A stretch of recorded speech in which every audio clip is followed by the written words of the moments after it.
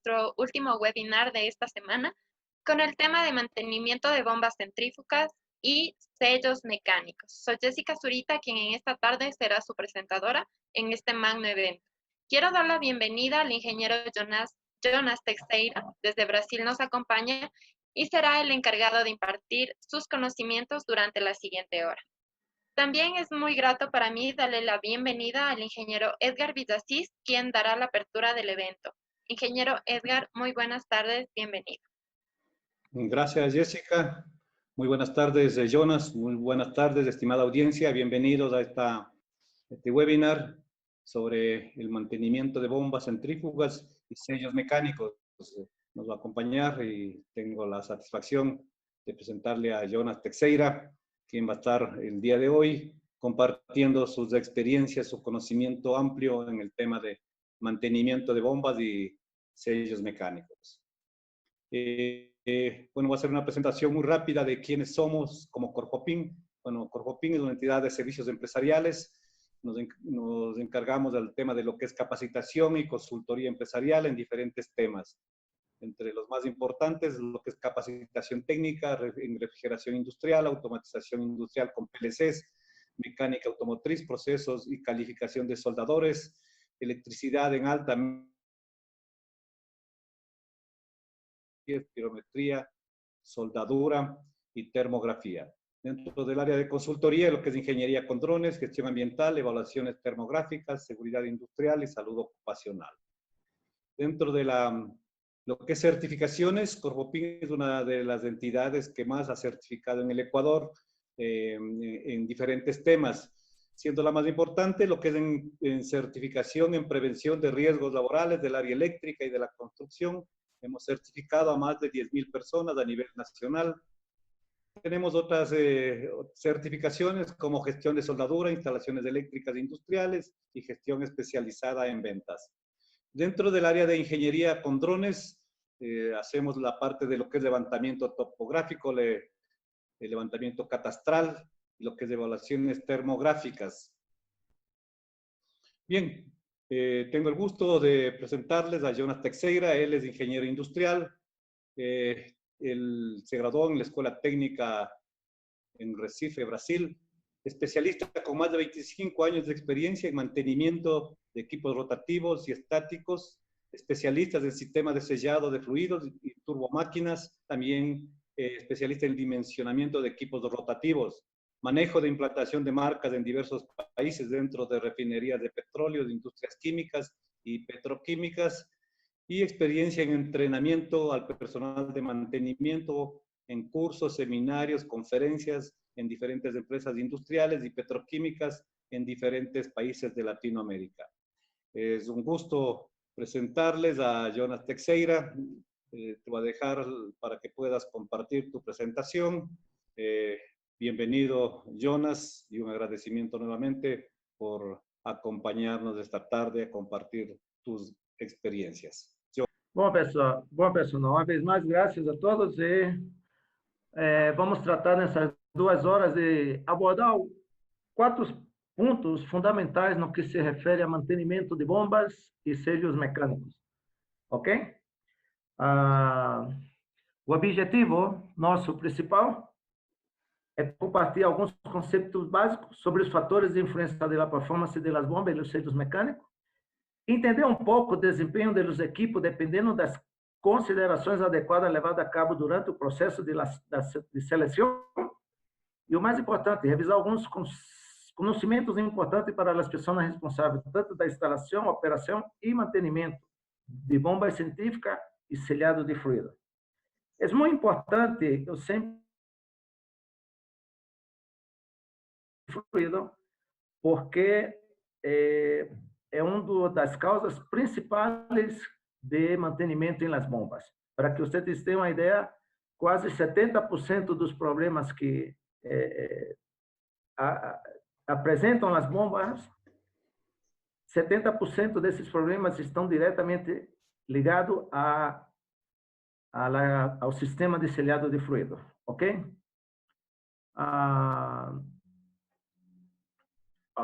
a agenda nossa vai estar dividida em 4 partes. A primeira é em conceito e classificação dos selhos mecânicos. Depois vamos tocar um pouco o assunto sobre a deflexão do R da bomba, que isso tem uma influência direta no selho mecânico. E 2 pontos muito interessantes que nunca eu percebo em todos os países aqui, nosso continente que vou, desde as indústrias petroquímicas a uma indústria papeleira, toda a gente que está enfocada muito em mantenimento de bomba, sempre tem alguma dificuldade em entender bem a pressão de trabalho de um selho. Então, vamos ver nesse item 3 sobre o cálculo de pressão da caixa e o 4 sobre os planos API, que muita gente também conhece como planos de lubricação, ou outras pessoas também chamam como plano de refrigeração, ok? Ao final de cada um dos pontos, eu vou deixar um pouco aberto caso alguém tenha alguma pergunta que fazer. E uma vez contestadas as perguntas, tiradas as inquietudes, passamos ao tema seguinte. Vamos começando com o selho mecânico. Aí temos um corte, um desenho típico de um selho mecânico simples, montado em um cartucho, selho mecânico de cartucho simples, ok? Para que vocês tenham uma breve ideia das partes fundamentais do selho mecânico, ok? Aí aparecem os O-rings, prisioneiros, a camisa, a brida. Esse é o que a gente chama o desenho corte simples de um selho mecânico. É muito importante, quando vocês mirar um desenho de um selho mecânico, é muito importante vocês poderem classificar, interpretar esse selho. Por exemplo, eu estou dizendo que esse é um selho mecânico simples. Eu sei que é um selho mecânico de cartucho. Eu sei que é um selho mecânico rotativo. Ok? Então, todos esses é importante para que a gente vai ver esses conceitos para que vocês possam também poder, uma vez que se deparar com um desenho, saber classificá-lo, o selho mecânico. O selho mecânico ele está conformado de 7 partes básicas, ok? Que seria as caras dos selhos mecânicos, a rotativa, a estacionária, que a gente chama de selhado principal. Temos o selhado secundário, que é os O-rings do selho mecânico, e ojo que os O-rings dos selhos mecânicos são tão importantes quanto as caras dos selhos. Nós dizemos também que o selhado secundário, justamente devido a essa importância. Os prisioneiros, as bridas, os resortes, dependendo do sistema quanto ao seu sistema de pressão, e os seguros. O conceito muito básico de um selho mecânico é, de uma maneira muito simples, sempre dizemos que é um acessório montado em um R de uma bomba para evitar fugas da carcaça. Particularmente, não está totalmente correto, porque quando a gente fala que um selho mecânico instalado em uma bomba centrífuga é para evitar fuga, nós automaticamente assumimos que um selho mecânico não fuga, ok? Pero quizás eu vou comentar uma coisa aqui que a alguns lhe pode surpreender. Em realidade, todo selho mecânico apresenta fuga, ok? Não é um conceito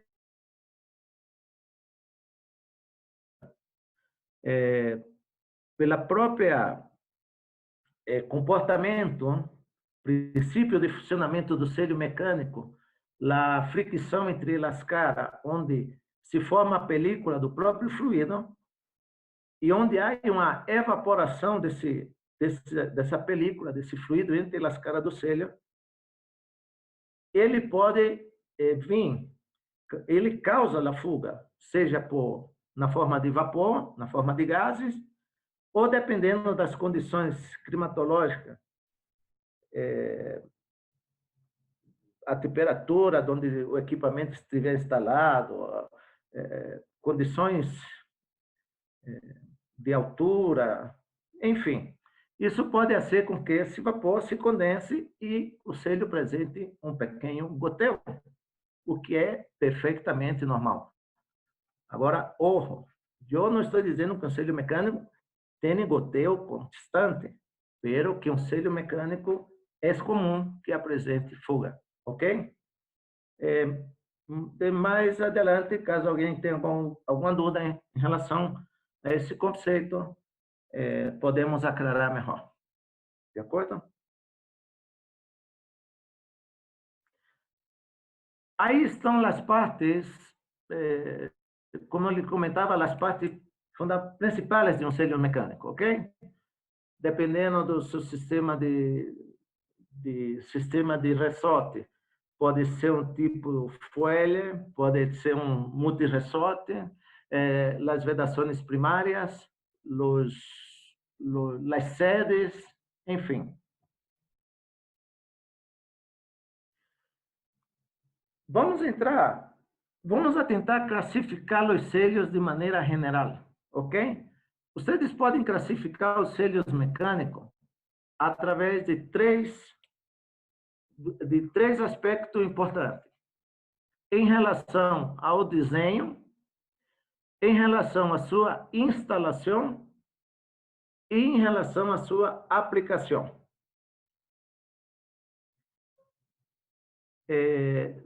Se a gente entender bem esses três pontos de classificação de selho mecânico, sempre quando você abrir um desenho de um selho mecânico, você não vai ter nenhum problema em interpretar esse desenho.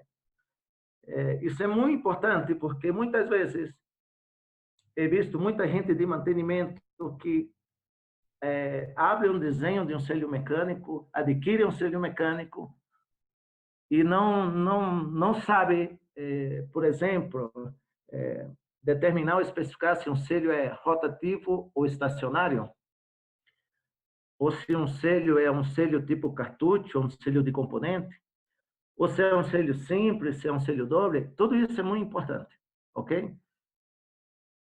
Em relação ao desenho, um selho é considerado interno ou externo.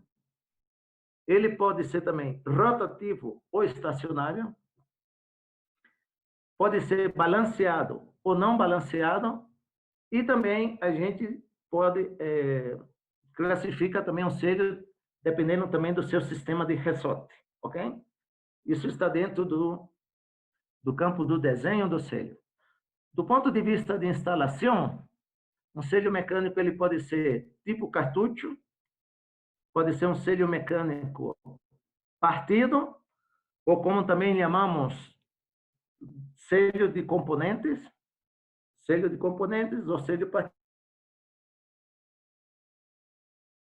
Também chamamos os selhos bipartido, que são aqueles selhos que, quando tu tem muitas dificuldades, equipamentos muito grandes, onde para instalar um selho mecânico, desmontar todo o equipamento, tem um custo muito grande, as dificuldades às vezes também influenciam muito para que tu instale um selho bipartido. Então, na verdade, em vez de tu desmontar a bomba, o que tu faz é desmontar o selho, ele monta o selho diretamente à bomba. Ok? Quanto à aplicação, o selho ele é considerado metálico e não metálico.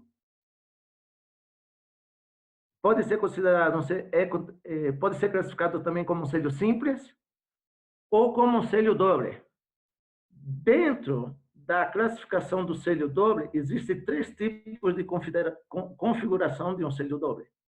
O selho pode ser back-to-back, face-to-face ou em tandem, ok? Então, vou tratar de mostrar cada um dessas classificações, cada um desses pontos, para que a gente entenda melhor, para que vocês tenham uma visão melhor, ok? Bom, vamos começar em relação aos desenhos, ok? Em relação aos desenhos, o selho pode ser considerado interno ou externo. Muita gente classifica um selho interno quando diz, um selho é interno porque está trabalhando dentro da carcaça da bomba, dentro da câmara da bomba. E é externo quando está trabalhando afuera da carcaça da bomba. Poderia ser um conceito válido, ok? Poderia ser um conceito válido, mas, em realidade, o selho interno é quando o fluido que a bomba está bombeando tende a sair pelo diâmetro externo do selho, tá?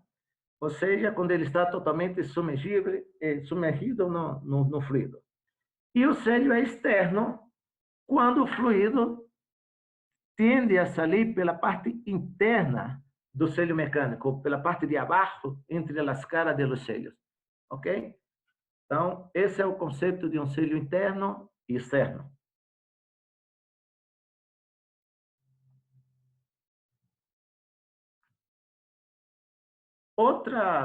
Outro ponto importante em relação ao desenho é quando a gente classifica de um selho quando ele é estacionário e um selho é rotativo. Todos nós sabemos que para o princípio do selho mecânico sempre há um par de caras, onde uma é fixa, é o que chamamos a cara estacionária, e a outra é a cara rotativa do selho mecânico. Sim? Como vocês podem observar aí, sempre tem uma cara estacionária, que seria essa face de color verde, e a rotativa. Pero, como podemos saber quando um selho é estacionário ou quando um selho é rotativo? E qual é o melhor dos dois? Bueno, pessoal, um selho ele é considerado sistema de ressorte, seu sistema de pressão, gira conjuntamente com o R da bomba, ok? Então, se o ressorte está girando com o R da bomba, consideramos um selho rotativo.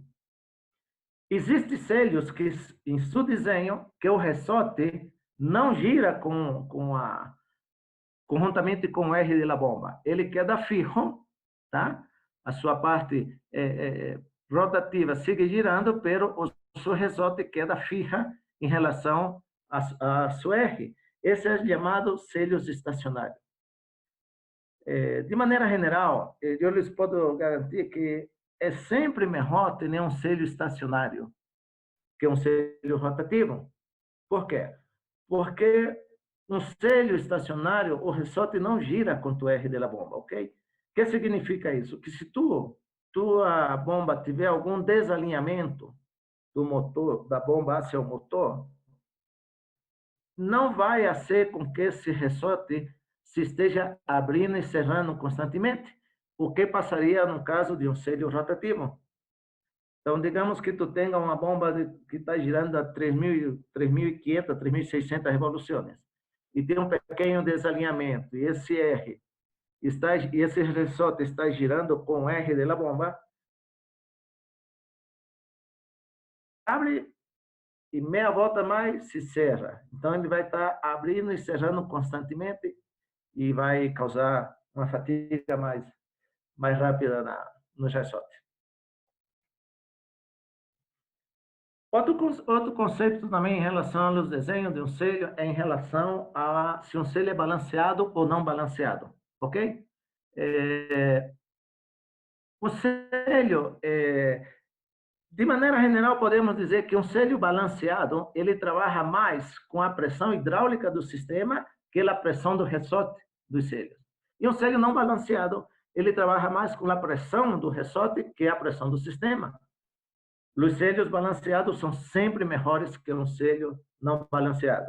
E a maneira de a gente identificar se um selho é balanceado ou não balanceado é mirando as caras dos selhos, ok? Existe o que a gente chama la área de cierre y la área de apertura do selho mecânico. E essa relação entre a área de cierre e a área de apertura é que define se o selho está balanceado ou não. O grau de balanceamento é muito simples. Vou regressar um pouco la diapositiva para que você tenha ideia. A área de cierre é justamente onde o ressorte está pressionando a carroceria. Vocês podem ver aí, temos a parte verde, que é a estacionária, e a outra color tomate, seria a rotativa. E o ressorte fazendo a pressão, ok? Essa é a área de cierre.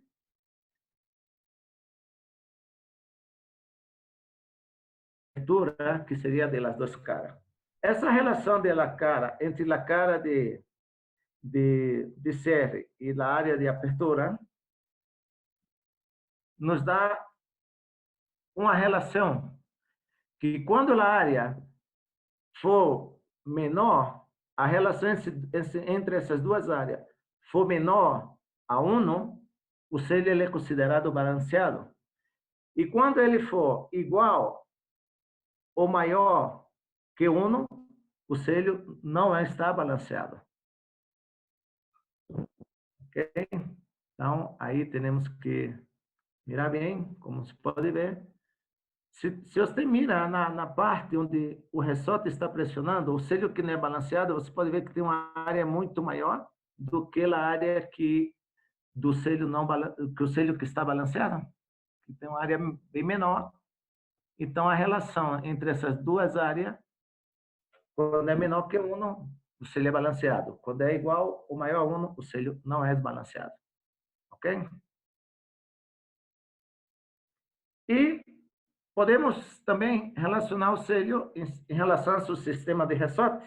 Por exemplo, dizemos que um selho é monorressorte quando ele vem com um solo ressorte, que é esses selhos típicos de componente que a gente vê muito nessas bombas de água, de piscina, esse tipo de selhos, são muito comuns.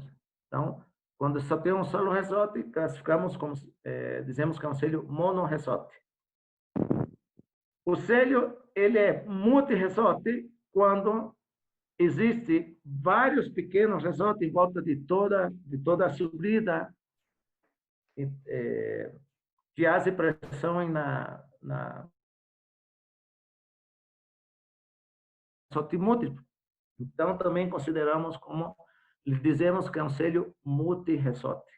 ¿Okay? Jonas, te interrumpo un momentito. Por favor. Sí, puedes utilizar el mouse para indicar los componentes. Sí, ahí sí se puede ver, ¿ya? Tienes... Perfeito. Perfeito. Já, excelente.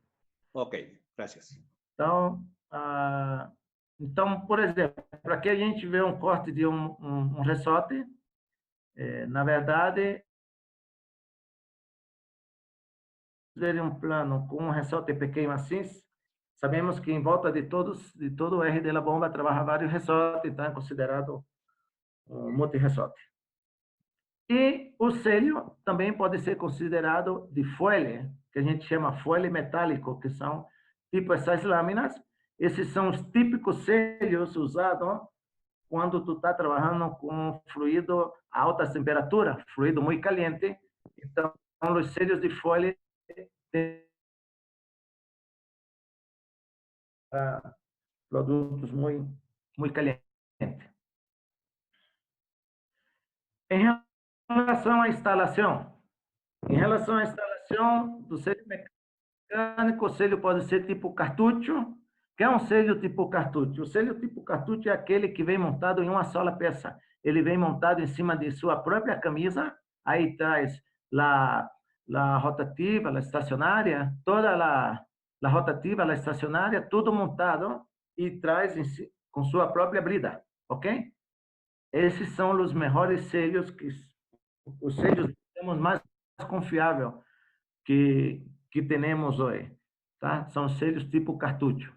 Sempre quando vocês veem um selho que vem montado em uma camisa e uma única peça com sua abrida, então sabemos que é um selho tipo cartucho.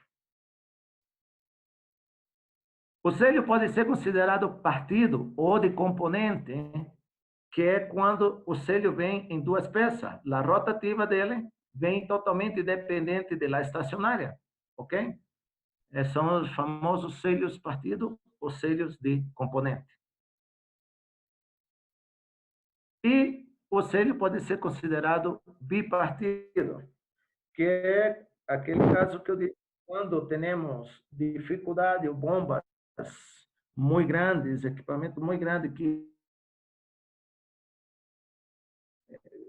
uma logística muito complicada, o tempo também é muito grande, então nós outros utilizamos sempre esse tipo de selho bipartido. Esses selhos são muito utilizados, por exemplo, em sistema de agitadores, tá? Agitadores para reatores ou tanques, dentro da indústria química, são muito usados, já que para desmontar todo um R, todo um agitador de um tanque desse é muito complicado. Então, eles simplesmente instalam o selho bipartido diretamente sobre o R. Quanto à aplicação, temos um selho metálico ou não metálico.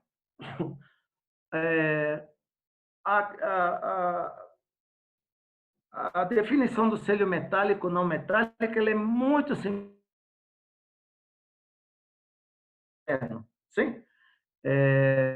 Pero basicamente, dizemos que um selho é metálico quando o selho está trabalhando totalmente submergido dentro de um fluido, e ele é não metálico quando está trabalhando fora desse fluido. Tá?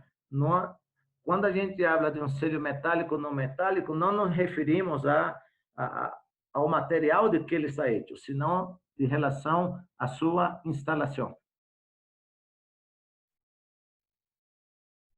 Bueno, e também em relação à sua configuração, em relação às faces, às caras. Um selho é considerado simples quando temos solamente um par de faces, um par de caras, ou seja, solamente tem uma rotativa e uma estacionária, dizemos que um selho é simples, ok? Muita gente também em relação à sua configuração, em relação às faces, às caras. Um selho é considerado simples quando temos solamente um par de faces, um par de caras, ou seja, solamente tem uma rotativa e uma estacionária, dizemos que um selho é simples, ok? Muita gente confunde, às vezes, esse é um selho simples, porque é um selho de bipartido, um selho monorressorte. Não. Um selho ele é considerado simples porque solamente tem um par de caras, uma rotativa e uma estacionária. E temos também a questão dos selhos dobles, que é justamente quando o selho tem dois pares de cara. Então, como vocês podem observar aqui, temos aí as faces amarilla e azul. Esse é um par de um juego, e aqui temos o outro juego. Tá? Esses são os famosos selhos dobles. Esses são selhos muito usados quando tu está manejando fluido muito perigosos, fluidos muito nocivos ou muito inflamáveis, onde tu necessita ter um respaldo, porque muitas vezes, quando tem algum problema no selho primário, no selho que está trabalhando, tu tem aqui outra par de cara de respaldo, que segura que se está trabalhando com um fluido de barreira, que chamamos. Isso vamos ver mais adelante, quando a gente vê os planos API, ok? Dentro dos selhos dobles, existem três configurações, o que a gente chama os selhos back-to-back, ou os selhos espalda contra espalda, ok? Onde estão as duas rotativas, espalda contra espalda, uma da outra. Temos os selhos que a gente chama os selhos em tandem, tá? Ou também chamados selhos de série, ok? rotativa estacionária. E o face-to-face, tá? Quando está as duas estacionárias, uma mirando para a outra. Essas são as 3 configurações que existem dentro dos selhos dobles. Face-to-face, back-to-back ou thunder.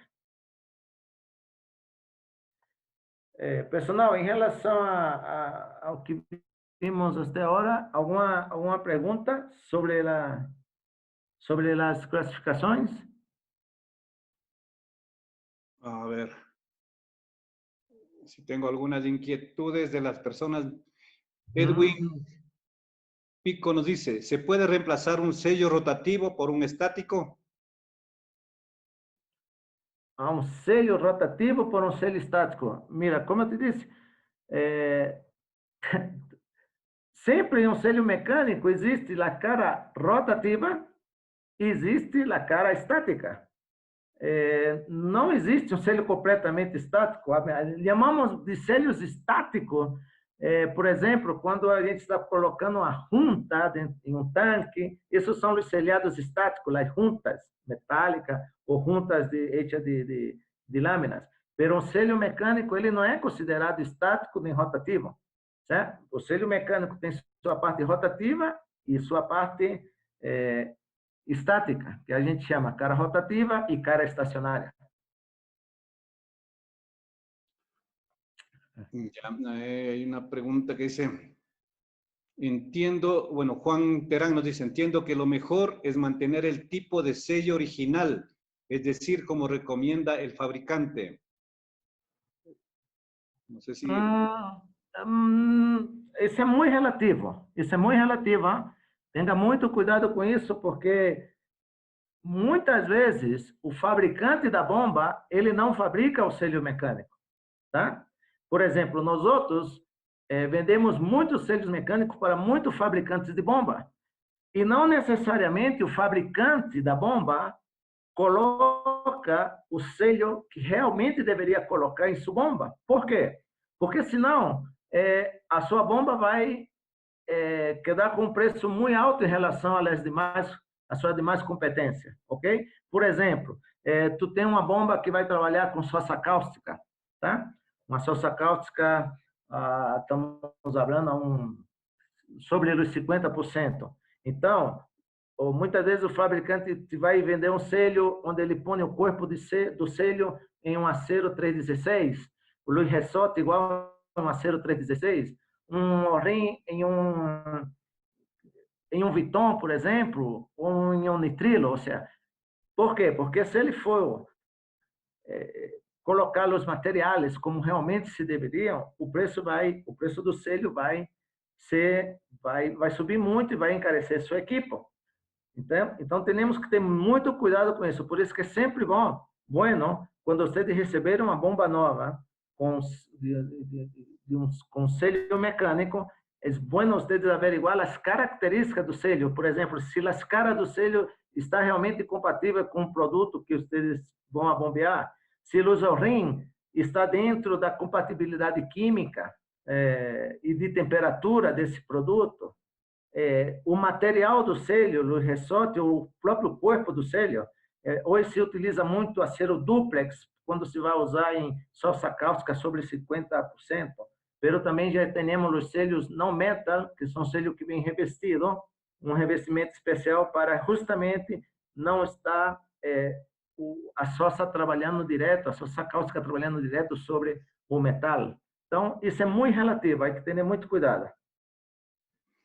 Ya, a ver, dices, si no encuentro un sello del modelo de la bomba que tengo, ¿le puedo adaptar otro sello o hacer un sello? ¿Y de qué material es el recomendable? Nos pregunta Bolívar Bravo. Ya, ok, Bolívar. Qualquer bomba que tu tenha, inclusive bombas que trabalham com impactadora, se tu quer colocar um selho mecânico, não há nenhum problema. Para isso, o único que tu necessita é saber o dimensional da caixa do selho, tá? O dimensional, a distância, a área que tu tem afuera. Bueno, e aí, tu pode adaptar um selho mecânico sem nenhum problema. Existem vários tipos de selhos mecânicos, né? A minha recomendação é que, se tu tem um espaço suficiente, tu sempre colocar um selho tipo cartucho, ok? Inclusive, no mercado, hoje existe selho tipo cartucho muito simples, muito compacto, que tu pode adaptar sem nenhum problema. E se, no caso, tu está usando um selho bipartido ou um selho de componente, igual, você pode adaptar.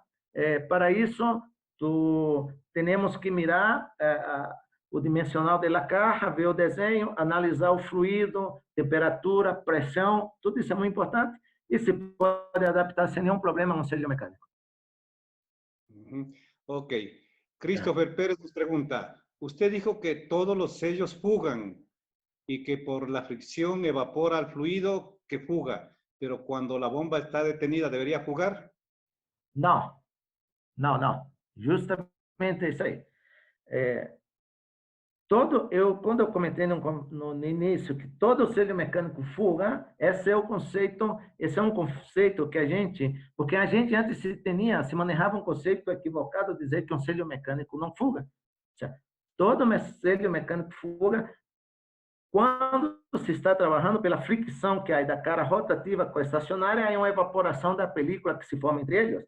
Mas isso não quer dizer que quando a bomba para, o selho tenha que estar goteando? Não, de jeito nenhum, não pode gotear. De hecho, se tu parar a bomba e se tu vê que está havendo um goteo do selho, é porque alguma coisa está mal. De repente, alguma cara se deve estar danhada, ou algum rim deve ter se danificado, pero não se deve apresentar goteo. Se acorda que eu disse? Uma coisa é a fuga e outra coisa é goteo. Sim? São coisas diferentes.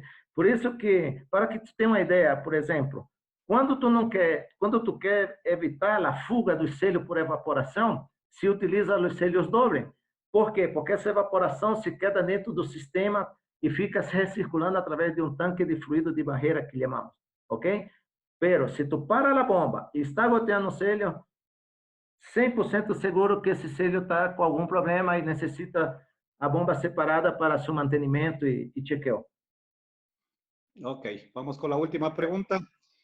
Nos dice Víctor Tuapanta, ¿el tipo de sello tiene que ver con el tipo de fluido y presión de la bomba? Sim, com certeza. A pressão da bomba, o tipo de fluido, influencia bastante na especificação de um selho mecânico, ok? Pero não somente a pressão e o tipo de fluido, existem vários outros fatores que se deve considerar. Quando a gente habla de fluido, a gente deve considerar, por exemplo, o pH do fluido, para saber se ele é um ácido ou se é um álcali, a concentração desse fluido, porque muitas vezes tu pode ter um ácido com um pH de 1 ou um ácido com um pH de 6. Então, possa ser que um material, por exemplo, um Viton, digamos assim, um rim de Viton não resista a esse ácido, a concentração com pH de 1, mas possa ser que trabalhe com pH de 6. A pressão, isso aqui é muito importante, pessoal. Muita gente, quando a gente sempre se confunde, porque a gente crê que a pressão que está trabalhando na bomba é a pressão que está submetida ao selho, e não é assim. Isso já vamos ver no próximo ponto. Sempre quando a gente para dimensionar o selho, necessitamos saber a pressão de descarga e também a pressão de sucção da bomba para poder calcular a pressão da câmara. Em relação à temperatura também do fluido, são alguns fatores que devemos considerar, ok? Ok, bueno, continuemos, Jonas, ¿ya? Avançamos um pouco. Então, vamos falar um pouco da deflexão do R da bomba. Isso aqui é muito interessante, porque isso ajuda, muitas vezes, nos ajuda a entender, porque eu he visto bombas em que tu fazes completamente o alinhamento da bomba ao motor, e, no entanto, quando tua bomba começa a trabalhar, tu percebe que outra vez o R está apresentando um certo desalinhamento. Isso muito pode ser corrigido através da deflexão do R da bomba, que a gente chama o nível de esbeltez, tá? Essa é uma relação muito simples, que a gente pode calcular se uma bomba está dentro, se o R da bomba está dentro desse índice de esbeltez, usando essa fórmula, que seria o comprimento elevado à terceira dividido pelo diâmetro do R elevado à quarta, ok? Quando tu faz essa relação, se tu está correndo as medidas em milímetro, se tu vai dar um fator, um número, se esse número for menor ou igual a 2, então tu R está bem, não vai ter problema de deflexão. E se tu estiver correndo essas medidas em polegada, deve ser menor ou igual a 60, ok? Isso é um número, isso é um fator. Agora, o que é esse L e o que é esse D? Bueno, o D é o diâmetro do R. Agora, o L, que a gente chama, é isso aqui, ok? O L é o comprimento, aí nesse desenho está um pouco malo, porque lá, na verdade, deveria correr do centro do impulsor. É a distância do centro do impulsor à distância do primeiro rolamento, do centro do primeiro rolamento, tá? Então, tu tem aqui essa distância L, tá? Que vai da distância do primeiro rolamento à distância do centro do impulsor. Essa distância tu eleva a terceira e o diâmetro do R elevado à quarta. Então, essa relação é o que nos dá esses números aqui, tá? Se tu correr essas medidas em milímetro, e for menor ou igual a 2, tu R está perfeito. Tua bomba não vai ter problema de deflexão. E se a medida estiver empolgada, for menor ou igual a 60, tá tudo ok. Esse desenho que eu quero mostrar para vocês, pessoal, é o seguinte: mesmo uma bomba estando parada, se o R da bomba não estiver dentro do índice de esbeltez, ele sofre várias pressões, várias forças, tanto radiais como axiais, que fazem com que esse R tende a deflexionar, ok? Então, como vocês podem aí, mesmo a bomba parada, existe 1, 2, 3, 4, 5, 6, 7, 8 forças, uma mescla entre forças radiais e axiais atuando no R da bomba. Por isso que isso é muito importante. De que maneira isso pode afetar o selho mecânico? Muito simples. Se tua bomba tiver com um R que tem uma deflexão muito grande, as caras dos selhos não vão estar trabalhando corretamente e vai haver goteo constante do selho, ok?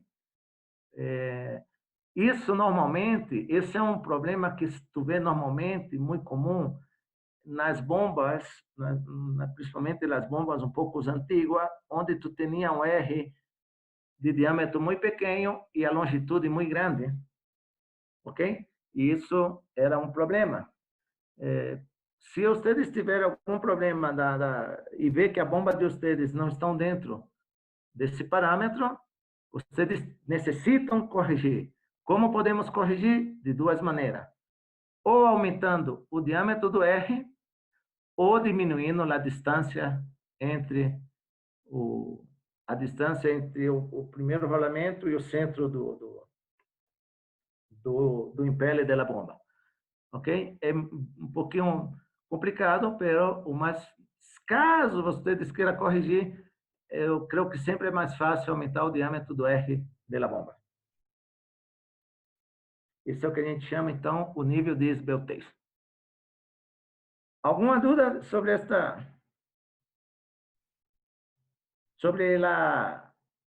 esse ponto? Alô? Edgar?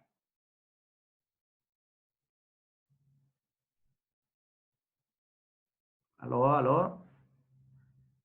Parece que se perdeu a comunicação com Edgar. Me gostaria, vamos esperar um pouco para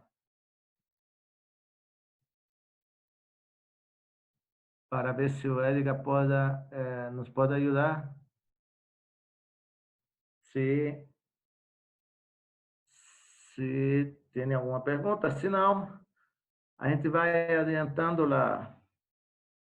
Vamos adiantando. Edgar, aí chegou. Edgar, falta o som. Edgar, não, estás desconectado tu som? Tu sonido?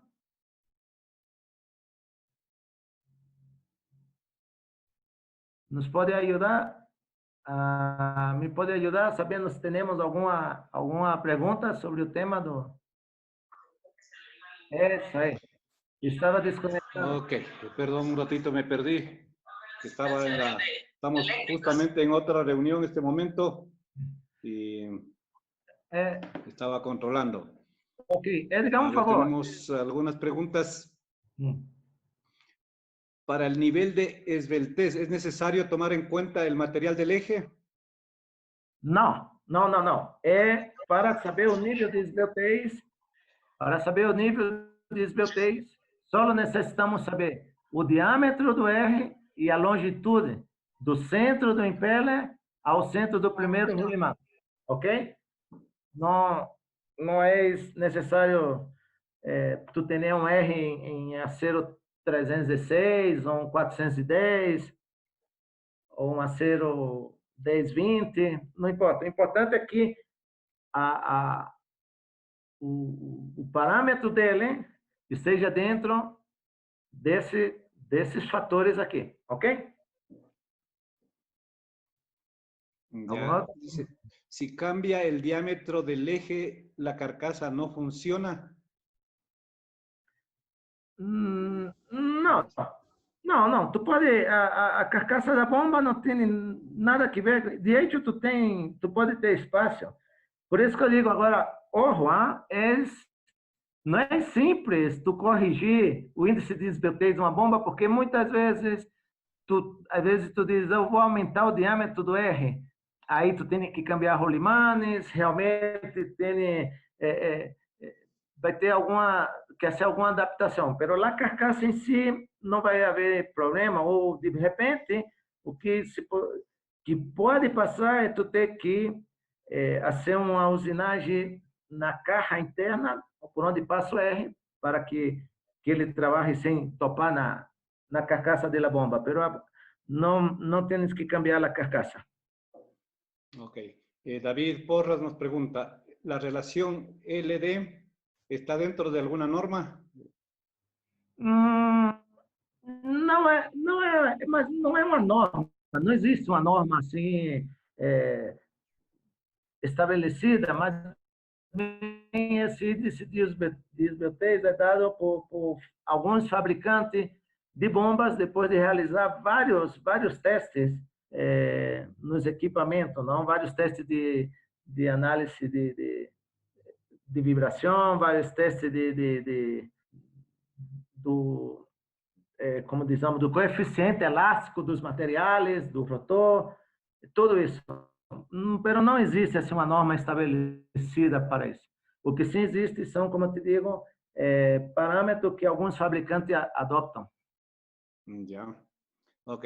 ¿Se puede presentar algún tipo de deflexión de eje en bombas de tipo carcasa partida? Nos pregunta Clever Delgado. Normalmente, as bombas de carcaça partida são as que menos apresentam esse tipo de problema, porque as bombas de carcaça partida normalmente têm, primeiro tem os mancales de ambos lados e tem,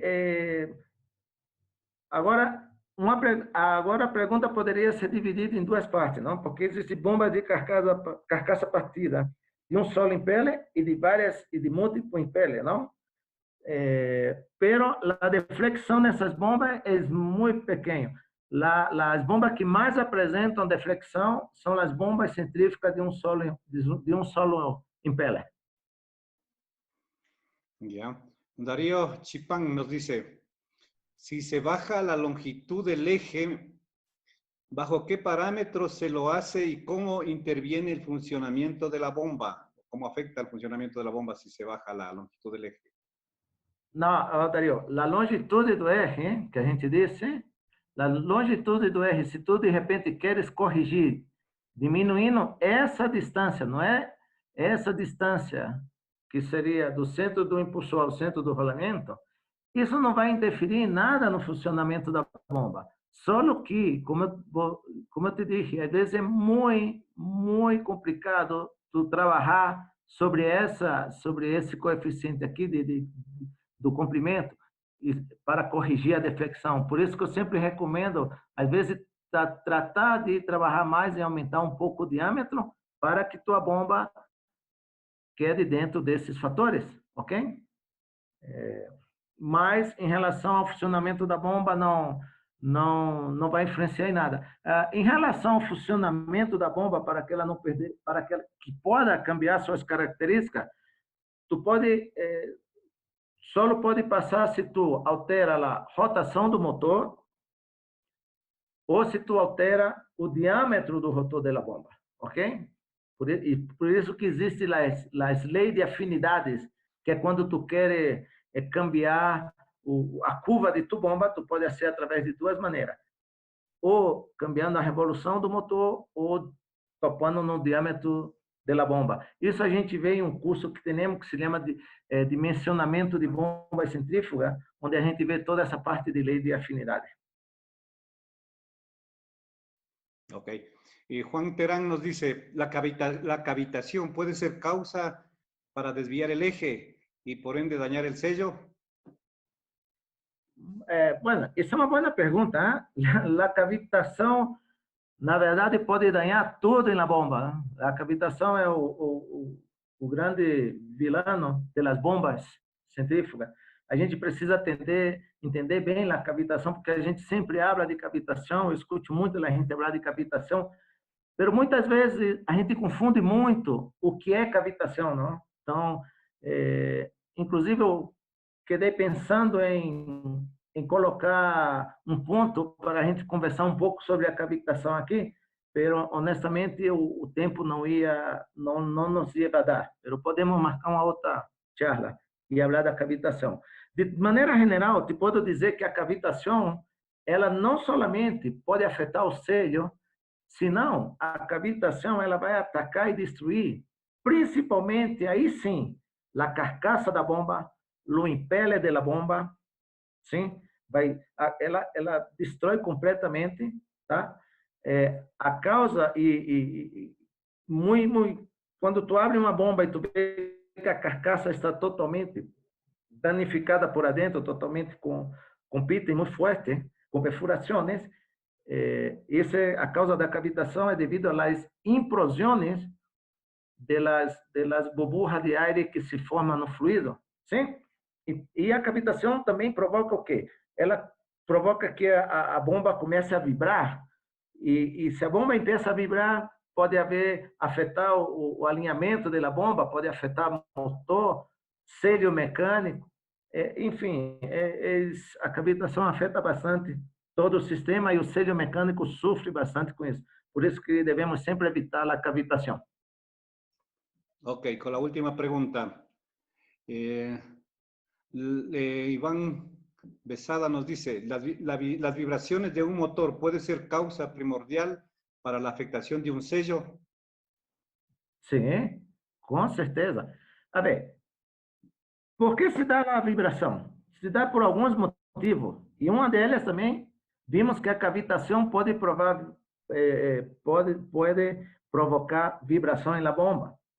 O desalinhamento do motor hacia a bomba, esse desalinhamento pode dar também uma certa vibração e afetar o selho mecânico. E tem outra coisa que a gente sempre deixa passar, pero que é muito importante, é a fixação da bomba. A fixação da bomba, a base da bomba é muito importante. Eu vejo muitas vezes uma bomba em cima de bases que não estão totalmente dimensionadas para a bomba, ok? O sistema de fixação é importante. Para que tu tenha uma ideia, a base de uma bomba deveria pelo menos ter 6 vezes o peso da bomba para poder ter uma boa fixação. Pero a vibração vai afetar bastante o selho mecânico e vai afetar e vai haver um desgaste muito rápido em las caras.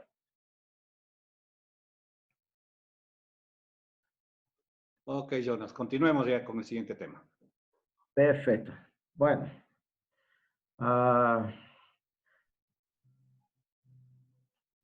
vamos falar da questão, uma questão muito interessante, que é o que falávamos sobre a pressão das bombas, a pressão do selho mecânico. Quando nós outros miramos um catálogo de um selho mecânico, muitas vezes tu vê lá, vai lá na parte do catálogo do selho, tu vê lá, esse selho trabalha a uma pressão de 40 bares, um exemplo, ou 25, enfim. E nós outros, muitas vezes, não sabemos interpretar a que pressão é aquela a que se está referindo o catálogo, não? Então, é muito comum, o normal, que quando tu tem uma bomba trabalhando, e tu chega e pergunta ao operador desse equipamento, dessa bomba, tu normalmente diz, mira, tu me pode dizer a que pressão está trabalhando essa bomba? E ele sempre diz, essa bomba está trabalhando a 15 bares, 20 bares, tá? Então, quando ele habla essa pressão, a gente sempre se refere à pressão de descarga, tá? Em uma bomba centrífuga, nós outros temos 3 tipos de pressão, tá?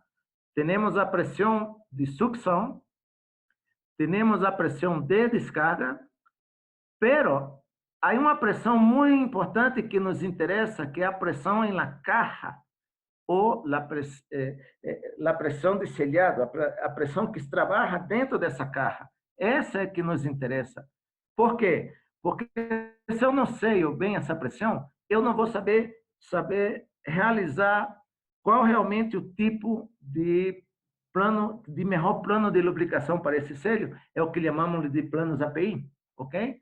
Então, por exemplo, aí mesmo eu tive um caso onde um cliente me chamou e ele dizia, mira, o catálogo do teu selho está dizendo que trabalha solamente a 25 bar, pero minha bomba está trabalhando a 40 bares. Então eu digo, mira, a 40 bares, pero deve ser na descarga. Ele, sim, 40 bares na descarga. Eu digo, essa não é a pressão que trabalha o selho. Tu deve sempre se basear na pressão da caja de selhado, ok? Existem várias fórmulas para tu calcular a pressão em la caja de selhado. Dependendo do tipo de bomba, tu vai usando algumas fórmulas que tu pode trabalhar. Pero há uma de maneira geral, quando tu está usando uma bomba, em uma bomba centrífuga de um solo impulsor, ojo, uma bomba centrífuga de um solo impele, tu pode calcular a pressão de selhado entre uma relação muito simples, que seria a pressão de descarga, ok? A pressão de descarga menos a pressão de sucção. Tu divide para 4 e soma novamente com a pressão de sucção. Eu vou mostrar para vocês mais adiante, mas essa fórmula não está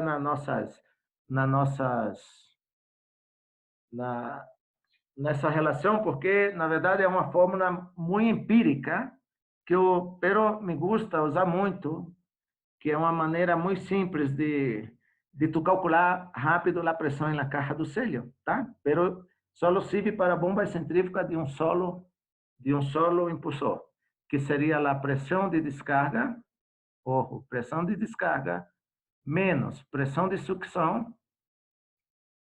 Essa relação entre pressão de descarga menos pressão de sucção, tu divide para 4 e o resultado volve a somar com a pressão de sucção. Como podemos ver aí, existem vários tipos de fórmula para calcular a pressão da caja, dependendo do tipo de bomba, ok? Temos bomba com impulsor semiaberto, que a pressão da caja seria a pressão de sucção mais 0,1, tá? Vezes a diferença da descarga menos a sucção. Temos a bomba com impulsor semiaberto e com as aletas na parte de trás do impulsor. Essa aqui é bem interessante, as bombas com impulsor cerrado, com anilho de desgaste. Essas são as famosas bombas de múltipla etapas, onde a pressão da carga podemos calcular como a pressão de sucção mais 0,25. Esse resultado vezes a diferença da pressão de descarga. Aqui está mal, aqui seria a pressão de sucção. Aqui seria a P. Vou arreglar depois esse. E também as bombas com impulsor cerrado, de anilho de desgaste sem perfurações de balanceamento, que a pressão da carga é igual à pressão de descarga. Pessoal,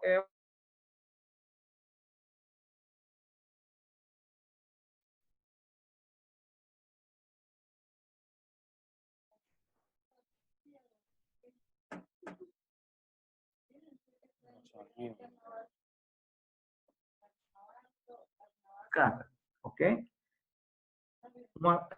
E temos que classificar, temos que saber separar pressão de bombas centrífugas com bomba de desprazamento positivo, ok? Então, muita diferença. Então, toda vez que tu tiver uma bomba de desprazamento positivo, ou seja, bomba de pistão, bomba de engrenagem, bombas de módulo, lóbulos, esse tipo de bomba são bombas de desprazamento positivo, bombas de diafragma. Então, a pressão da carga é igual à pressão de descarga. No caso das bombas centrífugas, dependendo do tipo de bomba, tu pode calcular através dessa fórmula. E quando temos a bomba centrífuga de um solo impulsor, as bombas normais, podemos calcular através de uma fórmula simples, que é a que eu te disse, que seria a pressão de descarga menos pressão de sucção, dividido para 4, mais pressão de sucção. Ok?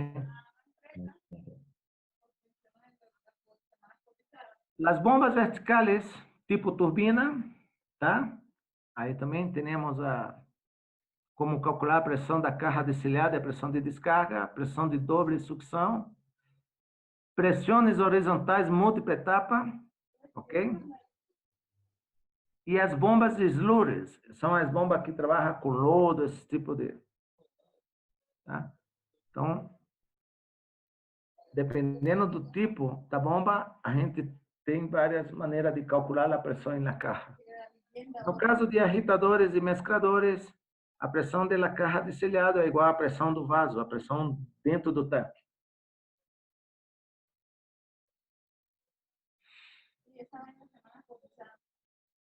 Alguma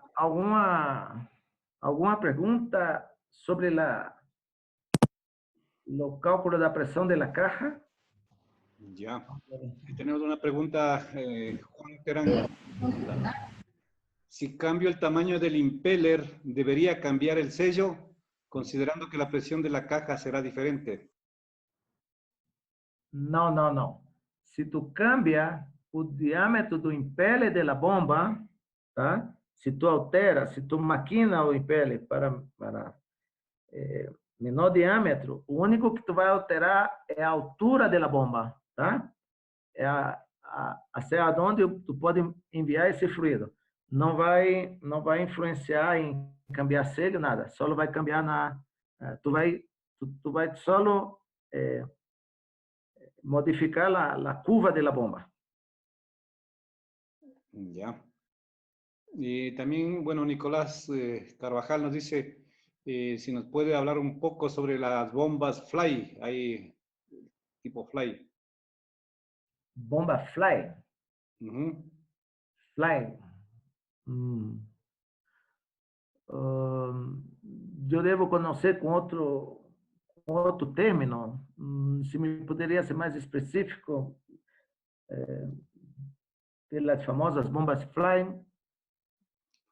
eu te poderia contestar. Honestamente, não estou... O Fly o electrosumergibles, nos dice. Ok. Las bombas sumergibles. Ok. ¿Qué pregunta él? que se puede un poco hablar sobre ese tema muy rápidamente.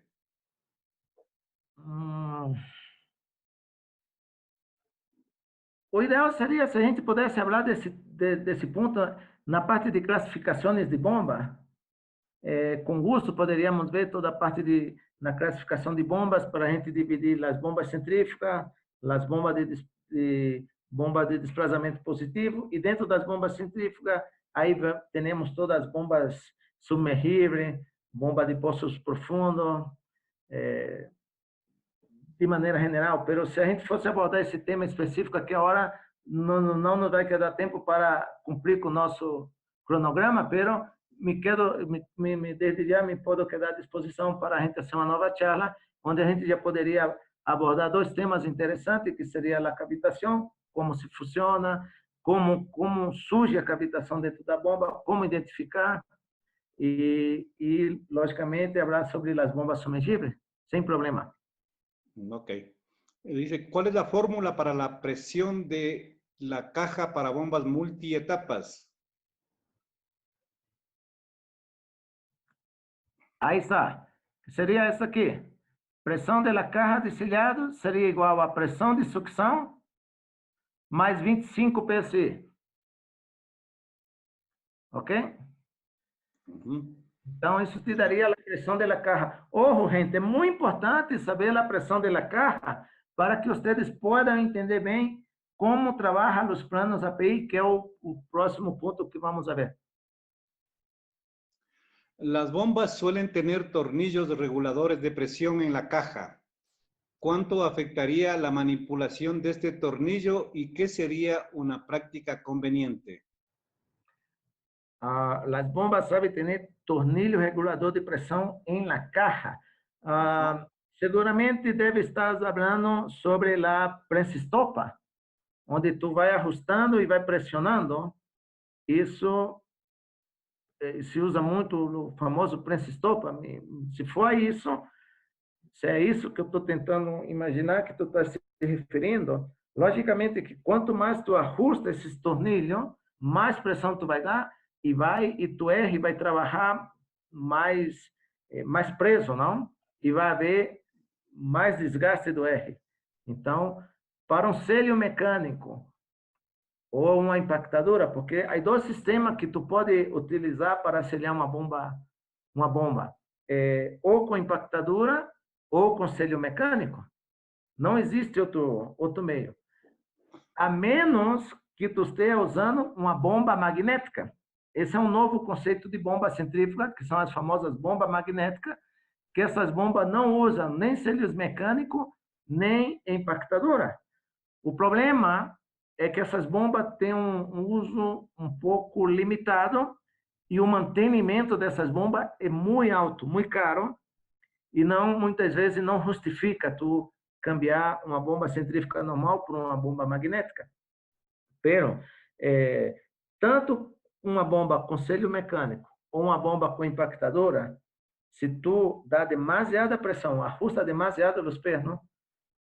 Sempre vai ser um problema. O ideal é sempre bueno que na caja, quanto menos pressão tu tiver, é melhor para os dispositivos.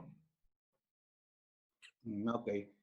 En motores sumergibles disponen de sellos mecánicos. ¿Cuál sería el tipo de presión que aplicaría y qué tipo de sello se utilizaría? Así nos pregunta Jorge Limaico. As bombas submergíveis, elas saem um pouco do conceito das bombas centrífugas que estamos falando, não? Mas normalmente essas bombas utilizam selhos de componente, selhos partido, como chamamos, ou selhos de componente, ok? E, na verdade,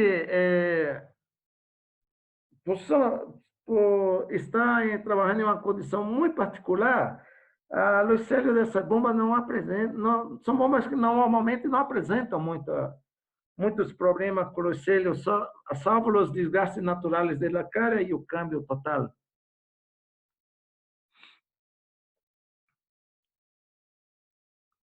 Ok, esas son las preguntas que, a ver, Dice la última pregunta de Gonzalo Rubio, ¿se puede adaptar una bomba común a un sistema Omega? Uma bomba comum? A un sistema Omega. Se tu me pudesse descrever o que tu te refere a sistema Omega, devo conhecer com outro nome. Adaptar uma bomba comum a um sistema Omega. Giancarlos dice, ¿a qué se refiere Giancarlos con un sistema Omega?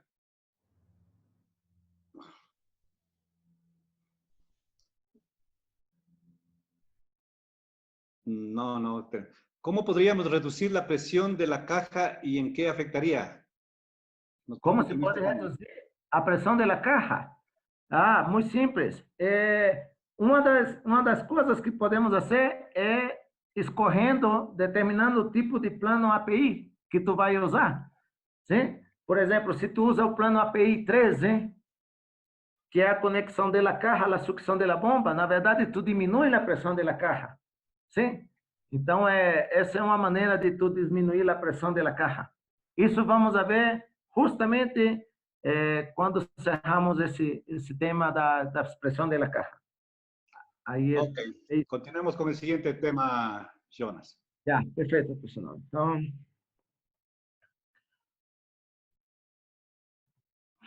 esse justamente que eu comentava, os planos de sistemas API para selho mecânico. E eu aqui quero fazer antes de explicar todos os sistemas, tá? Normalmente, os sistemas API são dados através de plano. Para cada plano, é dado um determinado número, ok? Por exemplo, plano API 01, plano API 02, plano API 11, tá? E eu quero para que vocês entendam bem como funcionam os planos, eu quero fijar em dois tipos de plano. O plano API 11, que é esse aqui que a gente está vendo. O que é o plano API 11? É quando tu tem a conexão, tu sai com a conexão da descarga da bomba hacia a caja do selho, ok? Simplesmente tu tem aqui teu selho trabalhando, aqui está dentro da caja. Mira o que eu falei para vocês. Nós, em uma bomba centrífuga, sempre temos três pressões. Pressão de sucção, pressão de descarga e a pressão que nos interessa é essa aqui, pressão em la caja, ok? Essa é a pressão que nos interessa porque aqui é onde vai estar trabalhando o nosso sistema de selhado, seja com impactadora ou seja com selho mecânico, sim? Então, o plano API 11, que ele diz? Ele diz, mira, tu instala teu selho na bomba e faz a lubricação ou refrigeração, como queiram chamar, simplesmente conectando da descarga da bomba à caja do selho. Ojo, digamos que eu tenha, que essa bomba aqui eu estou trabalhando com a pressão de 12 quilos de descarga, 2 quilos na sucção, um exemplo. Qual seria a pressão da caja, ok? Então, eu poderia determinar simplesmente usando a fórmula que eu comentava para vocês, onde vocês pegam a pressão de descarga, que seria 12, menos 2, seria 10, dividíamos 10 dividido para 4, que daria mais ou menos 2,5, e somaria novamente com esses dois. Tá? Então, na verdade, se eu tivesse aqui 12 bares, aqui 2 bares, na minha caja, eu estaria falando mais ou menos de uma pressão em torno de 4,5 bares. Ok? Agora, o que passa quando eu conecto da descarga à caja do selho? A pressão aqui aumenta ou diminui? A pressão aqui vai aumentar, certo? Por que a pressão aqui vai aumentar? Porque eu estou sacando do ponto da descarga, que é onde temos a maior pressão. Então, se eu conecto da descarga à caja, eu vou estar aumentando aqui. Então, esse é um plano que vocês têm que ter muito cuidado quando for usar. sim? Inclusive, no plano, eles mandam instalar uma placa de orifício para ver se diminui um pouco essa pressão. Mas, na verdade, quando tu conecta da descarga à caja do selho, tudo que está saindo por a descarga, tu estás mandando ao selho mecânico e com maior pressão. Então, esse plano, dependendo, se tu não usar bem, não souber bem quando usar ele, na verdade, ele vai estar contribuindo para que tu selho tenha uma falha prematura. Esse é um tipo de plano que ele é recomendado muito quando tu estás trabalhando com produto muito volátil, tá? Ou seja, produto que tem a pressão de vapor muito baixa, tá? E o que é a pressão de vapor de um fluido? A pressão de vapor de um fluido é muito bom você entender isso, porque esse é o ponto de partida para a gente entender bem como se forma a cavitação na bomba, tá? A pressão de vapor de um fluido é a pressão que uma determinada temperatura o fluido empieza a evaporar-se. Então, quando tu aumenta aquilo a pressão, ele já não vai se evaporar tão facilmente, porque quanto maior a pressão, ele vai estar mais, vai evitar que ele se vaporize, ok? Então, esse é um plano que se usa muito quando tu está bombeando produtos voláteis, como álcool, gasolina, acetonas, esse tipo de coisa. E temos aqui o plano API 13. E aí responde a pergunta que me hacían: como posso diminuir a pressão da caja de um selho? Muito simples. Tu pode conectar a caja onde está trabalhando o selho, a caja de selhado, tu pode conectar direto à sucção da bomba. Quando tu faz isso, nós vimos no nosso exemplo que eu tinha 2 quilos acá, tinha 12 quilos acá e aqui tinha 4,5 quilos. Pero se eu conecto a caja à sucção da bomba, como a pressão aqui é maior, então essa pressão aqui vai diminuir um pouco, certo? E o fluido já não vai estar entrando ao selho, senão mais bem ele vai estar saindo do selho, tá? Então, todo o fluido que está trabalhando aqui no selho mecânico, tu vai estar mandando à sucção. Então, tu vai estar recirculando e listo. Pero tu me diz, mas se eu conecto a caja à sucção da bomba, outra vez não vai ingressar o fluido ao selho? Sim, vai ingressar, lógico que vai ingressar, pero, ojo, quando tu conecta da caja à sucção da bomba, tu estás colocando essa conexão em frente do impele da bomba, ok? Em frente do impele da bomba. Então, esse fluido outra vez vai ser atrapado pelo impele e vai ser mandado à descarga. E o fluido que vai estar entrando no selho é o fluido que queda sempre na parte de trás do impele da bomba, ok? E esse fluido que está aqui atrás do impele da bomba é o fluido mais limpo dentro da carcaça da bomba. Então, tu sempre vai estar recirculando e vai estar sempre metendo fluido, tratando de meter um fluido mais limpo. Por isso, pessoal, que é muito importante a gente sempre saber a pressão da caja para a gente saber que tipo de planos devemos usar. Como eu lhes comentei, existem vários tipos de plano que é dado através de número. Por exemplo, a API 01. Esses são planos, tanto a API 01 como a API 02, são planos para bombas que já há uma conexão interna, já vem direto na carcaça da bomba, uma conexão da carcaça hacia a caja do selho, ok? Então, tem muitas bombas que têm esse desenho e aí tu não necessita ser nenhuma conexão externa, tanto a API 1 como a API 2. Aí venimos o caso do plano API 11, tá? Que é o que eu te disse, quando tu estás manejando produtos muito voláteis e tu necessita aumentar a pressão na caja, então tu faz a instalação desse plano API 11. Temos o plano API 12. que é o mesmo plano API 11, a diferença é que eles mandam colocar um filtro.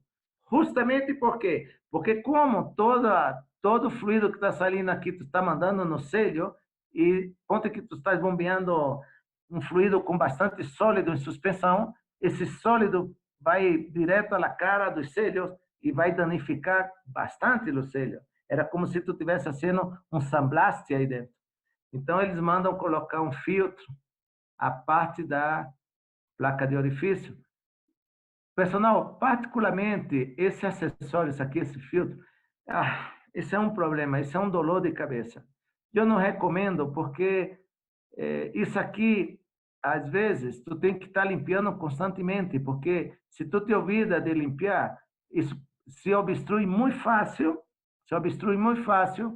e acaba tu cortando o envio da lubricação do selho e as cargas do selho podem vir a danificar-se. Sim? Então, faltou fluido. Todo um selho mecânico jamais pode trabalhar em seco. Nunca. Se o selho mecânico trabalha, faltar fluido na cara do selhado dos selhos, as caras se vão queimar. E se queima em frações de segundos. Ok? Temos o plano API 13. Um parêntese desse plano também é o seguinte: esse plano, inicialmente, ele sempre quando vocês tiverem uma bomba vertical, sempre, vocês necessariamente devem instalar o plano API 13, ok? Para as bombas verticais, não existe nenhum outro plano, senão o plano API 13, tá? Por quê? Porque essas bombas verticais, até que o fluido chegue na cara dos selhos, e às vezes, mesmo quando chega por questão de diferencial de pressão e temperatura, se forma muita condensação e burbuja de ar, e tu necessitas sacar essas burbujas de ar. Então, tu sempre, para as bombas verticais, sempre, não é que se recomenda, senão que se exige que seja sempre instalado o plano API 13, ok? Pero, no caso de bombas centrífugas horizontais, é um plano que trabalha muito bem, tá? Por essa circulação que hace. Temos o plano API 14, que é o plano API 14. É quando tu tem o plano API 11 e o plano API 13 instalado na mesma bomba, os dois planos na mesma bomba. Aí tu diz, e quando devo usar essa bomba? Quando devo usar esse plano? Muito simples. Esse plano é usado quando a diferença entre a pressão de sucção e a pressão de descarga é muito pequena, é muito baixa, ok? Um exemplo, digamos que tu tem aqui 1 quilo de pressão de sucção e 3 quilos de descarga, é um exemplo. Então, se recomenda utilizar esses dois planos inclusive para equilibrar hidraulicamente as pressões internas dentro da bomba, ok? O plano API 21. Uma coisa que eu quero que vocês prestem atenção, que até agora, todos os planos que hemos visto, começando do plano 1, 2, 3, 11, 12, 13, plano 14, e agora estamos entrando no plano 21, todos esses planos são solamente para selho simples, ok? E o que é selho simples, pessoal? É quando o selho solamente tem um par de caras, ok? O que habla o plano API 21? De repente, quando tu está bombeando um fluido muito caliente e tu necessita refrigerar, bajar a temperatura desse fluido antes de colocar, a conectar a câmara do selho. Então, tu instala um intercambiador de calor. Então, o fluido sai da descarga, passa através desse intercambiador de calor e já sai por aqui, mas com a temperatura bem mais baixa, e aí tu injeta direto ao selho mecânico. Essa é uma maneira também de tu poder controlar também a temperatura do fluido para que tu haga a refrigeração do selho. Temos o plano API 22, que é muito similar ao plano API 21. A diferença está aqui, o filtro, ok? 22 e o 21. Plano API 23. Esse aqui, tu sale de la caja, quando tu quer usar a pressão de la caja, passa pelo intercambiador e volve ao selho, já não de la descarga, senão de la caja, a circulação de selhado através do intercambiador de calor, por meio de um anilho de bombeu que tu utiliza usando a pressão de la caja. Esse é um plano muito interessante, o plano API 31, tá? Esse plano API 31, ele contempla a utilização aqui desse acessório que chamamos separador sincrônico, tá? Que é um plano que se utiliza muito quando tu está bombeando fluido com altíssima porcentagem de sólido em suspensão. Um exemplo típico, por exemplo, bombas de captação de água de rio, onde tu, às vezes, é uma bomba que vem com muita arena, então, simplesmente, tu fazes a conexão da descarga a um separador sincrônico, a parte límpia do fluido vai ao selho e o sólido, ao decantar, aquele sólido vai à sucção. Então, se utiliza esse separador sincrônico. Esse acessório aqui também necessita também ter um plano de mantenimento preventivo definido, porque tu necessita periodicamente estar fazendo a limpeza, porque senão, se ele acumular muito sólido, vai obstruir aqui e já não vai estar mandando o sólido à sucção e os sólidos vão começar a sair por arriba e vão direto ao selho e vai danificar o selho mecânico. Ok? Plano API 32. A mim me gusta muito esse plano, porque esse plano te garantiza que tu selho sempre vai trabalhar com fluido limpo. Pero aqui, uma vez mais, repito, para tu instalar esse plano, tu necessitas saber a pressão da caja. O que contempla esse plano? Muito simples. Esse plano é quando tu queres conectar uma linha externa a la caja de la bomba, independente para que o selho seja lubricado com fluido limpo. Nesse caso, tu pode, por exemplo, injetar água direto à la câmara do selho, tá? Tu corre a água do sistema, injeta direto à la câmara do selho, e essa água limpa está entrando aqui, independente do fluido que a bomba está bombeando, tá? Tu sabe que teu selho sempre vai estar trabalhando com essa água. Agora, ojo,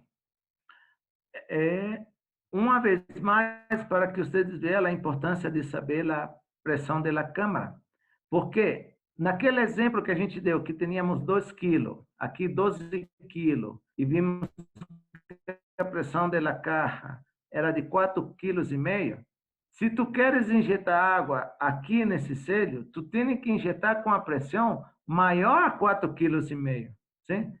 Esse é um problema desse plano, porque muitas vezes nas plantas industriais, o personal faz a conexão à caixa do selho simplesmente usando a tuberia que passa a tuberia a tuberia de água cerca da bomba, a tuberia do sistema de água potável, que sei eu. Então o personal vai e coloca T e conecta direto à bomba. Pero não se percata de saber qual é a pressão da caixa. Porque se eu tenho 4,5 kg aqui e a pressão do meu sistema de água é 3 kg, essa água não vai entrar aí nunca, entende? Então vai me dar uma falsa sensação de que eu estou injetando água limpa na câmara, e não é assim. Sempre quando vocês for usar esse sistema, o plano API 32, a pressão que vocês devem entrar aqui deve ser no mínimo 50 PSI acima da pressão da caixa, ok? Então, isso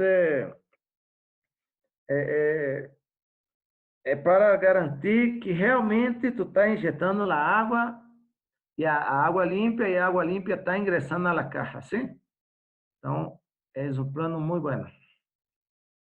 Quando instalado corretamente. Aí temos o plano 41, que tu tem aí vem, se repete, aí não somente tu utiliza um separador sincrônico, senão também um intercambiador de calor. Uma aplicação, digamos que tu está bombeando um fluido que não somente está caliente, senão que também tem muitos sólidos, tem muita suciedade nesse fluido. Então, tu utiliza o separador sincrônico para quitar os sólidos, e aí o fluido limpo que sai, tu manda ao intercambiador de calor, e esse, por sua vez, manda ao selho mecânico. Então, por isso que era muito importante a gente conversar dos selhos, dos planos API, para que vocês vejam que tem muita maneira de fazer a lubricação de um selho. E seguimos com selhos simples, ok? Com selhos simples.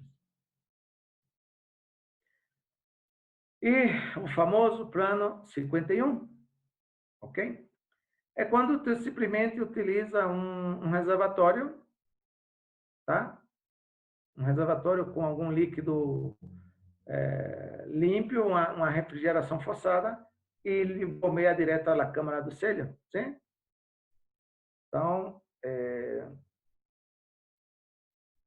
esse é o famoso plano 51. E quando usar esse plano? Quando tu está usando produtos que qualquer fuga desse produto ao meio ambiente, ele se solidifica. Então, para isso, tu usa um recipiente com um fluido lubricante pressurizado e evita com que o fluido saia.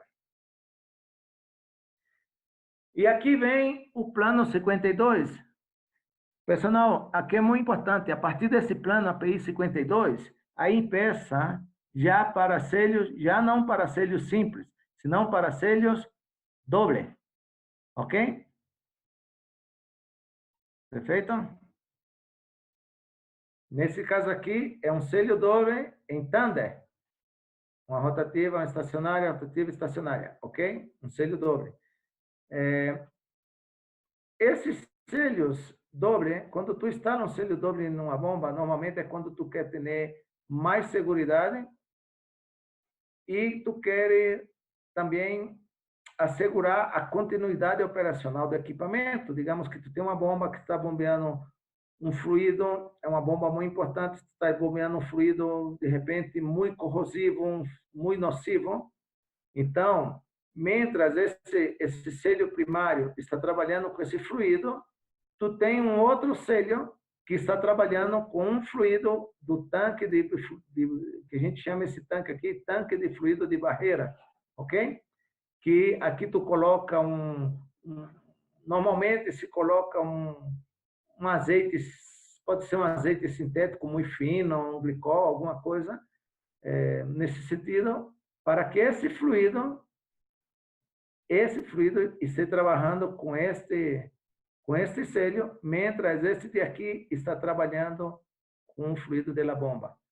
Caso esse selho aqui venha a ter algum problema, algum dano em lascar, um O-ring, que seja, e esse selho começar a dar fuga, o fluido vai vir e vai se encontrar com esse selho aqui, então ele não vai vazar ao meio ambiente, senão que vai atacar o segundo selho, vai trabalhar e automaticamente tu te vai dar conta que esse selho danhou, porque no tanque de fluido de barreira, normalmente tu instala um manômetro, tem gente que instala inclusive um pressostato, também para mandar alguma señal de quando a pressão aumentar aí, sonar alguma alarma, alguma coisa, para que tu sepa que o selho já o primeiro selho danificou e está trabalhando com o selho secundário. Isso te vai dar tempo para que tu possa fazer a programação de parada de tua bomba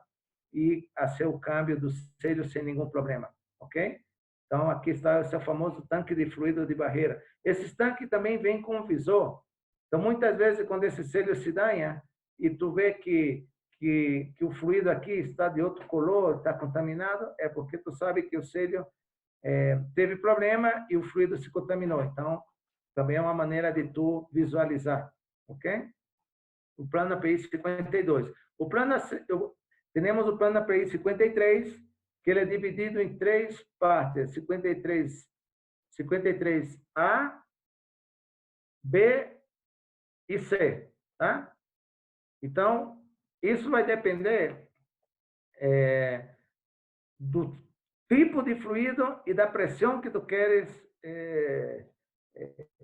colocar, ok? No caso, 53A é uma circulação através do tanque de fluido de barreira para produtos muito peligrosos, pero que está trabalhando a baixa pressão.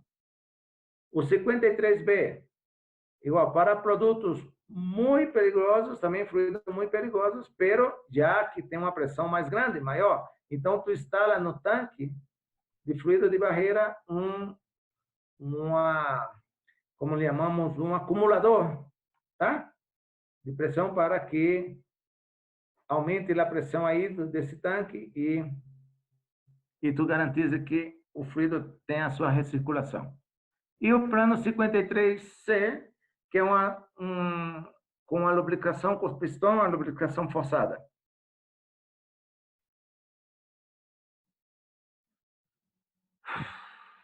Plano 54, circulação através de um fluido de barreira igual.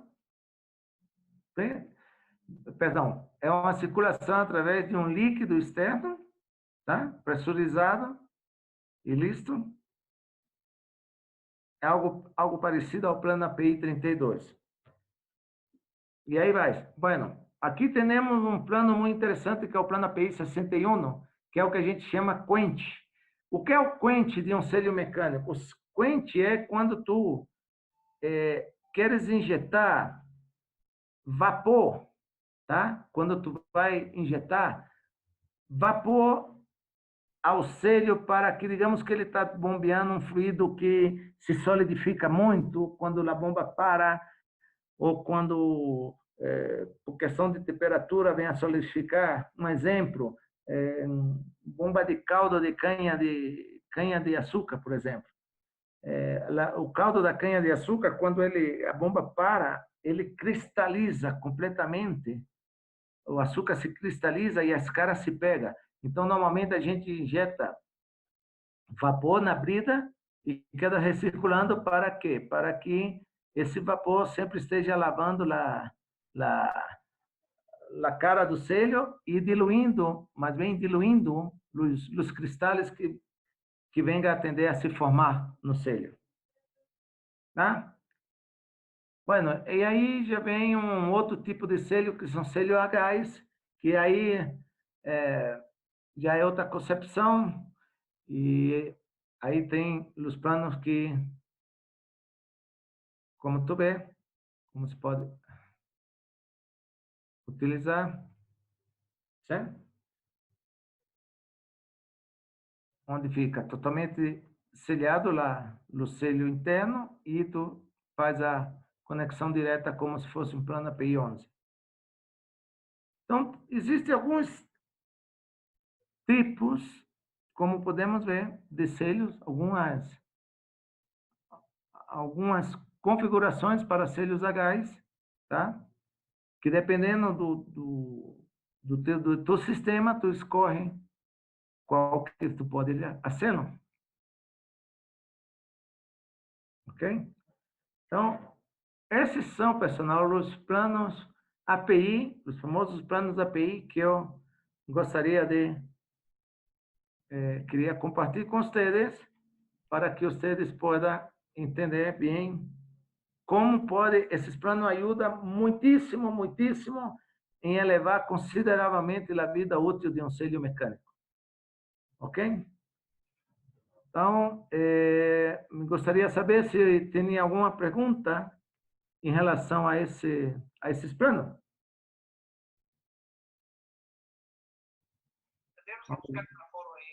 Ok.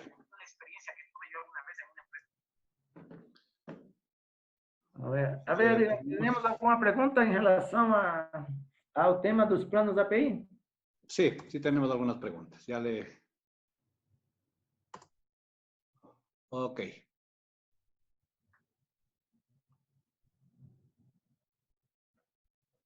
¿Todo sello doble debe tener el plan API? Todo selho doble. Na verdade, não só os selhos dobles, senão os selhos simples também. Por isso que vimos a parte dos selhos simples, tá? Aí, como tu pode ver, todos esses são selhos simples, tá? Todos selhos simples. E temos a parte também dos selhos dobles. Agora, ojo, o que passa muitas vezes é a gente instala os selhos dobles. Eu, por exemplo, estou cansado de ver isso, onde o personal instala um selho doble e ele crê que o fluido da bomba está lubricando os dois selhos e não põe um selho doble com tanque de fluido de barreira. E faz com que a bomba empiece a trabalhar, esse selho sim está trabalhando com o fluido da bomba, mas esse está trabalhando em seco. Então, esse selho já se danifica sem que o personal sepa. Então, o que sim é obrigatório que todo selho doble tenha um tanque de fluido de barreira. Ya, nos pregunta, ¿los sistemas de enfriamiento y o lubricación API no deberían venir ya implementados en las bombas?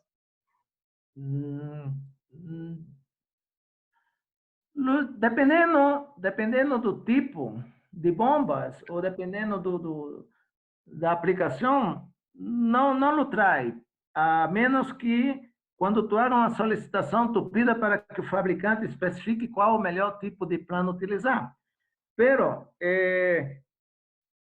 o melhor que isso é tu saber identificar bem teu sistema para tu saber qual o melhor tipo de plano deve usar. Por exemplo, eu he encontrado muitas bombas que o fabricante no catálogo da bomba manda o desenho da bomba e diz: vamos instalar esse selho com plano API 11.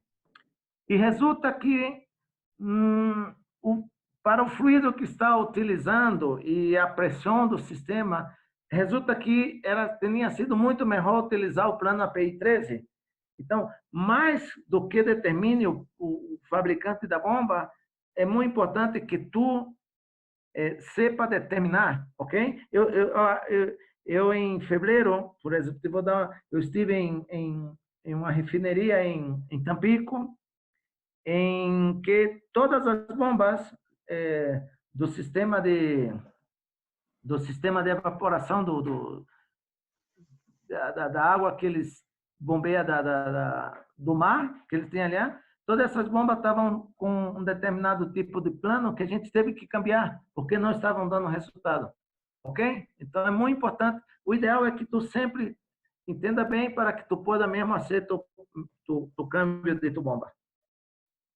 Bueno, ok, Mario Moreta nos pregunta, en el plan 52, ¿la presión del fluido de barrera debe ser mayor o menor que el fluido del proceso? ¿Y por qué? No lo especificaste, pues el plan 53 sería entonces similar. Alô, Mário, que gusto. Zana, me dizia como o plano... ¿Me poderia repetir a pergunta? Ya, ok. El plan 52, ¿la presión del fluido de barrera debe ser mayor o menor que el fluido del proceso? ¿Y por qué? No lo especificaste, pues el plan 53 sería entonces similar. Sim, depende, verás, depende do qual plano 53 me estás falando, do A, do B ou do C. Pero, na verdade, o plano 52 em si é muito similar ao plano 53A. Ok? Ok. Cristian Guano nos pregunta, en el plano 12, ¿cuál podría ser otra alternativa en lugar del filtro que necesita constante revisión con el objetivo de evitar el ingreso de sólidos a la caja.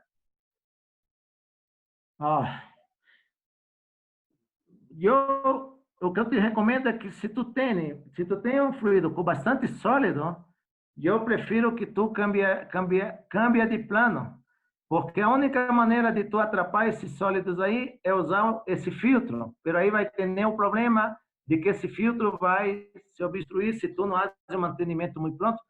Não te olvides que a pressão aí é muito alta na descarga. Então, se tu está traindo muito sólido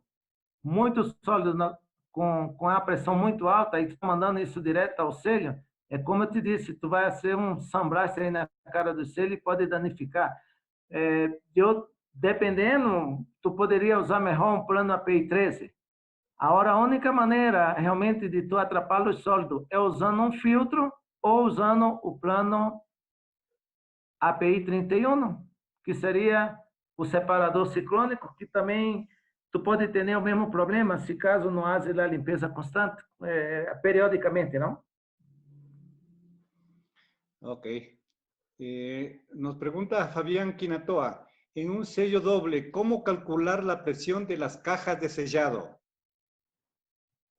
Não, a pressão da caja, tu calcula independente se vai usar um selho doble, um selho simples.